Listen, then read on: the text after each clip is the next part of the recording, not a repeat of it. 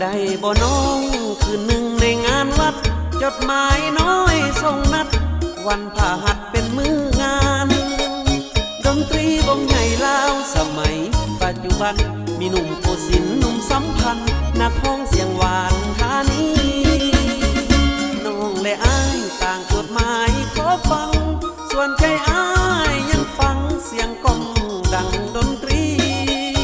บ่ลืมขวัญใจสองเฮาไปเสียงสีวาสนาเฮานี้จะมั่งจะมีหรือจนสมัยทุกวันเขาถือเงินพันเป็นใหญ่ใบร้อยแดงของไทยน้องจึงสนใจอาวรส่วนตัวของอ้ายสายคนจนคนจรขับจากบ้านเมืองนอนได้แต่อาวรโศกตมน้ำใจผู้หญิงนั้นฮักก็จริงดอกเพื่อนแสวงเงินเดือนวันละแสนจึงสมระวังเอาไว้อย่าลงไหลคาลมโลกมนุษย์มันคมย่านอกตมย้อนผู้หญิง